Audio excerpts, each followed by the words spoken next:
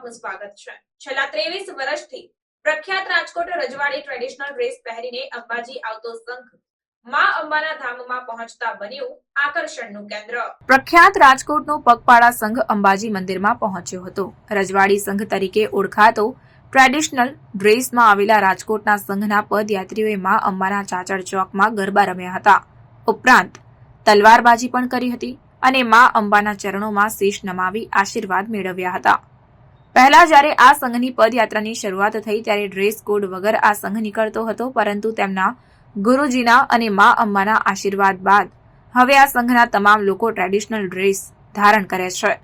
15 દિવસ સુધી વિવિધ પોતાના દ્વારા બનાવેલ રજવાડી વસ્ત્રો ધારણ કરી અને રાજકોટથી અંબાજી સુધી પદયાત્રા કરી અંબાજી પહોંચી માં અંબાના આશીર્વાદ લઈને માતાજીના દર્શન કરી ધન્યતા અનુભવે છે।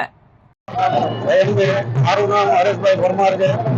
આજે રાજકોટથી આઈ શ્રી અંબા ખોડિયાર મંદિરેથી 125 જણા 15 દિવસ અને 15 દિવસના ટોટલી નવા પોશાકો સાથે આજે અમે પદયાત્રા કરી આજ 13મા દિવસે આજ ચાચર ચોકમાં પહોંચ્યા છીએ।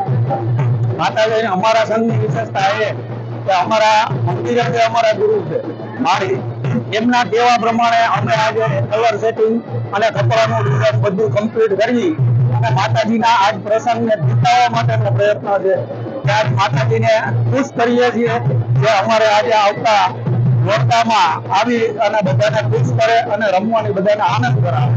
આજે અમારે 125 જણા અમારા સંઘમાં છે, માંડવી છે, ગરબા છે, ધજા છે, આ બધું સાથે રહી અને ટોટલી મર્યાદા માન અને મોભો જાળવી અને સર્વ રીતે